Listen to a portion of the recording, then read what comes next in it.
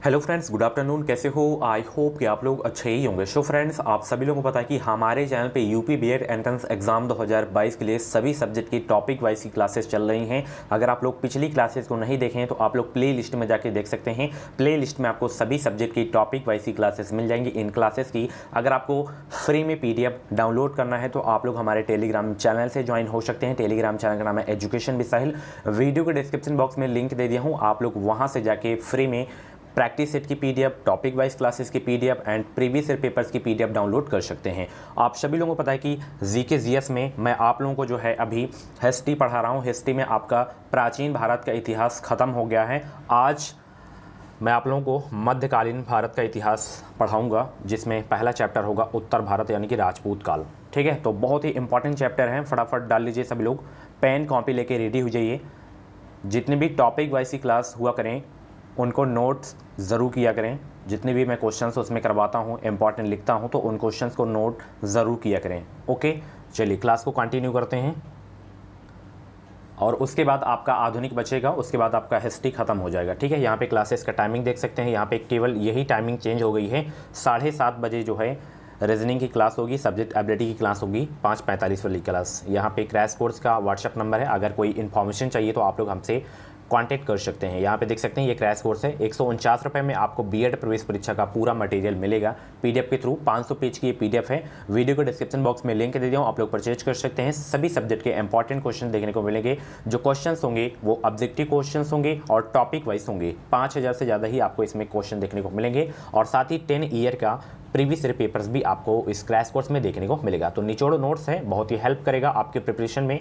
ले सकते हैं, 149 रुपये, कोई ज़्यादा प्राइस नहीं है। बेहतरीन तैयारी आपकी हो भी जाएगी। हो सके तो आप लोग गवर्नमेंट कॉलेज में भी अपना एडमिशन करवा सकते हैं। इस क्रैश कोर्स के माध्यम से बेहतरीन तैयारी हो जाएगी, तो अच्छा नंबर आएगा तो आप लोग अपना एडमिशन ले सकते हैं, क्योंकि उस क्रैश कोर्स में वही क्वेश्चंस लगाए गए हैं जो एग्ज़ाम में पूछे जाते हैं। चलिए, सबसे पहला क्वेश्चन ये है कि पूर्व मध्यकालीन भारतीय इतिहास में 750 ईसा से 1200 ईसा तक समय का जो समय है मुख्यतः माना जाता है, कौन सा काल माना जाता है?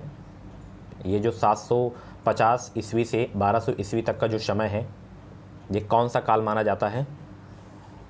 तो यह माना जाता है राजपूत काल। ठीक है, ऑप्शन इसका जो है बी वाला बिल्कुल करेक्ट हो जाएगा। नोट करिएगा इस प्रश्न को। चलिए अगला प्रश्न देखिए। अगला प्रश्न ये है, 712 ईस्वी में सिंध पर अरबों के आक्रमण के समय वहाँ का शासक कौन था? सभी लोग जवाब देने का प्रयास करेंगे।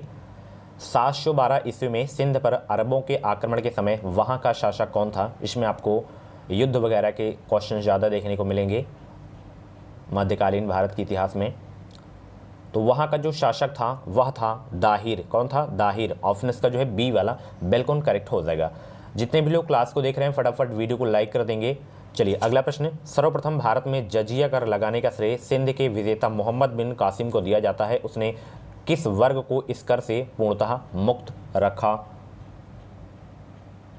तो यह रखा था जो है किस वर्ग को? ब्राह्मणों को। ऑप्शन इसका जो है सी वाला बिल्कुल करेक्ट हो जाएगा। ओके, इंपॉर्टेंट क्वेश्चन है आपके एग्जाम के लिए। अगर पूछ लिया जाए कि जजिया कर किसके द्वारा लगाया गया, तो मोहम्मद बिन कासिम को जो है याद रखना है। ठीक है, तीसरा जो प्रश्न था बहुत इंपॉर्टेंट प्रश्न था। ठीक है, चलिए, किस ग्रंथ के उल्लेख के आधार पर यह माना जाता है कि मलेच्छों के अत्याचार से त्रस्त होकर महर्षि वशिष्ठ ने अत्याचारियों के विनाश हेतु आबू पर्वत पर यह यज्ञ किया कि एवं यज्ञ के अग्निकुंड के 4 राजपूत कुलों परमार, चौल्युक, सोलंकी, प्रतिहार एवं चौहान का जन्म हुआ? तो इसमें जन्म हुआ था पृथ्वीराज राष्ट्रों का। ऑप्शन इसका जो है सी वाला बिल्कुल करेक्ट हो जाएगा। दिल्ली का यानी कि दिल्ली नगर की स्थापना की थी किसने? वेरी इंपॉर्टेंट क्वेश्चन है, डबल स्टार लगाइए 5वें प्रश्न में। दिल्ली नगर की स्थापना की थी किसने? तो तोमरों ने जो है दिल्ली नगर की स्थापना किए थे। ऑप्शन इसका जो है बी वाला बिल्कुल करेक्ट हो जाएगा। उस शासक का नाम क्या है जिसने विजय स्तंभ का निर्माण कराया था? ये भी बहुत ही इंपॉर्टेंट प्रश्न है, नोट करिएगा आप लोग 6वें प्रश्न को। उस शासक का नाम क्या है जिसने विजय स्तंभ का निर्माण कराया था? तो उसका नाम है राणा कुंभा, जिसने जो है विजय स्तंभ का निर्माण कराया था। आप लोगों से क्वेश्चन पूछ रहा हूँ कि विजय स्तंभ जो है कहाँ पे है। सभी लोग कमेंट बॉक्स में इसका राइट आंसर बताने का प्रयास करेंगे, विजय स्तंभ कहाँ है। चलिए, निम्नलिखित में से जो है भारत पर पहली बार आक्रमण करने वाला कौन था? निम्नलिखित में से भारत पर पहली बार आक्रमण करने वाला कौन था?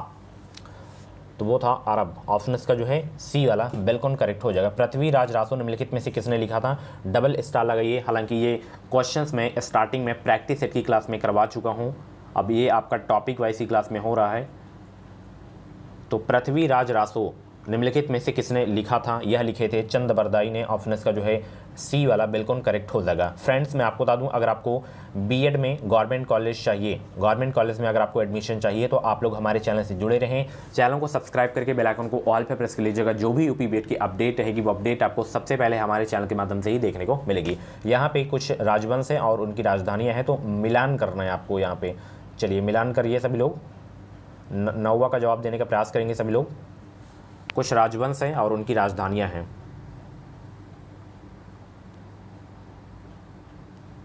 तो यहाँ पे प्रतिहार या परिहार वंश की जो राजधानी है वो है कन्नौज, ठीक है।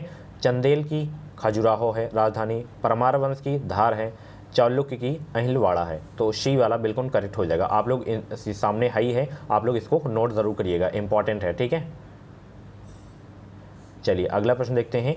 1100 ईस्वी में निर्मित मंदिर जो भुवनेश्वर के अन्य मंदिरों का प्रधानता रखता है वो कौन सा है? 1100 ईस्वी में निर्मित मंदिर जो भुवनेश्वर के अन्य मंदिरों का प्रधानता रखता है वो कौन सा है? तो वह है त्रिभुवनेश्वर लिंगराज। ऑप्शन इसका जो है सी वाला बिल्कुल करेक्ट हो जाएगा। ये बहुत इंपॉर्टेंट प्रश्न है कि दिलवाड़ा मंदिर कहाँ पर स्थित है। दिलवाड़ा मंदिर कहाँ पर स्थित है? तो यह स्थित है आबू पर्वत पर। ऑप्शन इसका जो है डी वाला बिल्कुल करेक्ट हो जाएगा। अगर राज्य पूछे तो राजस्थान, ठीक है। चलिए खाजुराहो स्थित मंदिरों का निर्माण किसने किया था? वेरी इंपॉर्टेंट क्वेश्चन है, 12वां प्रश्न, स्टार लगा के नोट करिएगा।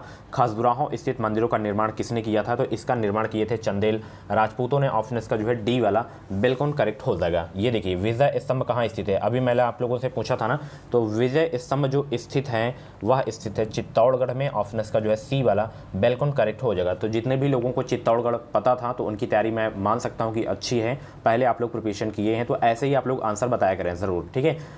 ऐसे क्या होता है, जैसे आप लोग गलत आंसर बताएं, मैं अभी आपको सही बता दिया, तो ये चीज़ें आपको लाइफ टाइम के लिए याद हो जाती हैं। जो चीज़ें आप लोग गलती करके सीखते हैं ना वो हमेशा के लिए याद हो जाती हैं। जैसे आप लोग डिस्कशन, हाँ कोई आपके घर में बड़ा भाई बहन कोई भी हो तो उनसे आप लोग डिस्कशन किया करें, ठीक है। अगर उनको नहीं भी पता है कंपटीशन के बारे में तो आप लोग उनको बुक दे दिया करें, जो आपकी नोट्स बना रहे हैं मेरी क्लास से वो नोट्स दे दिया करें कि हाँ मुझसे ये क्वेश्चंस पूछिए। 20-25 क्वेश्चंस कम से कम डिस्कशन किया करें, उनसे पूछा करें, आप लोग भी पूछा करें, ठीक। तो ऐसी चीज़ें करने से जो है आपको याद हो जाएंगी लाइफ टाइम के लिए, ओके। लिंगराज मंदिर की नींव डाली थी किसने? लिंगराज मंदिर की नींव डाली थी किसने? 14 का जवाब देने का प्रयास करेंगे। तो ययाति केसरी ने जो है लिंगराज मंदिर की जो है नींव डाली थी। ऑप्शन इसका ए वाला बिल्कुल करेक्ट हो जाएगा। अब बताइए लिंगराज मंदिर कहाँ पे है, सभी लोग जवाब देंगे। चलिए सोमनाथ के मंदिर पर, अगर आपको नहीं पता है तो आप लोग गूगल भी कर सकते हैं ना। जैसे आप लोग गूगल किए तो इसका आंसर आपको पता चल गया और हमेशा के लिए पता चल जाएगा। एग्जाम में आया कि लिंगराज मंदिर कहाँ पे है तो आप लोग तुरंत करेक्ट कर लेंगे। सोमनाथ के मंदिर पर 1025 ईस्वी में महमूद गजनवी के आक्रमण के समय गुजरात का शासक कौन था? वेरी इंपॉर्टेंट क्वेश्चन है, 15वां, डबल स्टार लगा के नोट करिएगा। जिसमें मैं स्टार लगा दिया करूँ तो उन क्वेश्चंस को आप लोग ज़रूर नोट किया करें जिसको मैं इंपॉर्टेंट बता दिया करूँ, तो क्योंकि क्वेश्चन पूछे जाते हैं ये। तो उस समय गुजरात का शासक था भीमदेव प्रथम। ऑप्शन इसका ए वाला बिल्कुल करेक्ट हो जाएगा। हिंदू विधि पर यह पुस्तक मिताक्षरा किसने लिखी थी? और मैं आपको हर क्लास में बताता हूं कि अभी आपको 50-50 क्वेश्चन का प्रैक्टिस सेट नहीं सॉल्व करना है। अगर सॉल्व करना है ऑब्जेक्टिव क्वेश्चन तो आप लोग टॉपिक वाइज करें। किसी भी एग्ज़ाम में अच्छा नंबर लाना है तो आप लोग सबसे पहले उस एग्ज़ाम का सिलेबस देखिए, उसकी प्रॉपर नोट्स बनाइए, जैसे मैं आप लोगों को बनवा रहा हूँ शॉर्ट नोट्स, ठीक है। कोई ज़रूरी नहीं है कि इसमें मैं 30 क्वेश्चंस करवा रहा हूँ तो 30 के 30 आपको नोट करना है। जिनमें मैं स्टार लगा रहा हूँ उनको आप लोग नोट करिए, बस इतना ही नोट करिए। तो हिंदू विधि पर एक पुस्तक जो है मिताक्षरा जो है लिखी थी, यह किसने लिखी थी? यह लिखे थे विज्ञानेश्वर ने। ऑप्शन इसका जो है सी वाला बिल्कुल करेक्ट हो जाएगा। ब्लैक पगोड़ा कहाँ पे है? Black pagoda very important question है, यानी कि सूर्य मंदिर ये है कोणार्क में। ऑप्शन इसका जो है सी वाला बिल्कुल करेक्ट हो जाएगा। ये कहाँ पे है? उड़ीसा में है, ठीक है। चलिए बहुत इंपॉर्टेंट प्रश्न है, 17वां 16वां और 15वां दोनों तीनों। सूची फर्स्ट को सूची सेकंड के साथ मिलान करना है आपको। चलिए इसमें मिलान करिए 18वें में। तो यहाँ पे कुछ राजवंश राजधानी है, जैसे चौहान राजवंश की राजधानी अजमेर है, गढ़वाल की कन्नौज है, गुहिलौत की चित्तौड़ है, कलचुरी की त्रिपुरी है। तो ए वाला आपका सही हो जाएगा इसमें, ठीक है। चलिए राजस्थान के इतिहास का प्रणेता किसे कहा जाता है? ये हालांकि उतना नहीं पूछा जाता है। राजस्थान के इतिहास का प्रणेता किसे कहा जाता है? तो यह कहा जाता है कर्नल टाड को। ऑप्शन इसका ए वाला बिल्कुल करेक्ट हो जाएगा। कुछ राजवंश और उसके राज्य क्षेत्र हैं, मिलान करना है आपको। जैसे यहाँ पे चौहान राजवंश है तो इसका जो राज्य क्षेत्र था वो दिल्ली व अजमेर है। प्रतिहार का कन्नौज है, परमार का मालवा है, चौलुक का कठियावाड़ है। तो ए वाला इसका करेक्ट हो जाएगा। चलिए अगला प्रश्न देखते हैं। सुमेलित करना है आपको, इसमें कुछ राजवंश हैं और कुछ राज्य क्षेत्र हैं। 21 का जवाब देने का प्रयास करेंगे। तो चंदेल का जेजाक भुक्ती है यानी कि बुंदेलखंड, कलचुरी का चेदी है एंड गढ़वाल का कन्नौज है, गुहिलोत का मेवाड़ है। ए वाला करेक्ट हो जाएगा ऑप्शन। चलिए सुमेलित करना है इसमें भी आपको, ये इंपॉर्टेंट है, इसमें स्टार लगा के नोट कर लीजिएगा इसे आप लोग। कुछ राजवंश और उसके संस्थापक के यहाँ पे नाम दिए गए हैं तो आपको मिलान करना है और बहुत ही सरल तरीके से दिया गया है, इसमें नोट ज़रूर करिएगा आप लोग। जैसे चौहान राजवंश तो इसके संस्थापक वासुदेव थे। परमार राजवंश के सिआग द्वितीय श्रीहर्ष थे। चालुक्य के मूलराज प्रथम थे। चंदेल के नन्नुक चंदेल थे। तो बी वाला करेक्ट हो जाएगा, इसे आप लोग जरूर नोट करिएगा, ठीक है।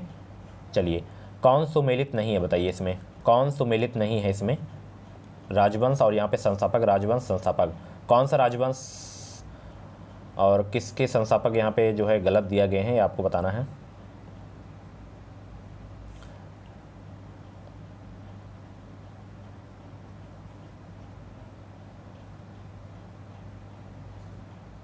तो यहाँ पे चंदेल राजवंश के जो संस्थापक थे नन्नुक चंदेल थे, गढ़वाल चंद्रदेव थे, कलचुरी के कोक्कल प्रथम थे। यहाँ पे राष्ट्रकूट, यहाँ पे विजयलय दिया गया है तो यहाँ पे दंतिदुर्ग होना चाहिए, ठीक है, दंतिदुर्ग। आप लोग कमेंट बॉक्स बताइए सही है कि नहीं सही है। चलिए हरिकोली नाटक रचयिता है, हरिकोली नाटक रचयिता कौन है?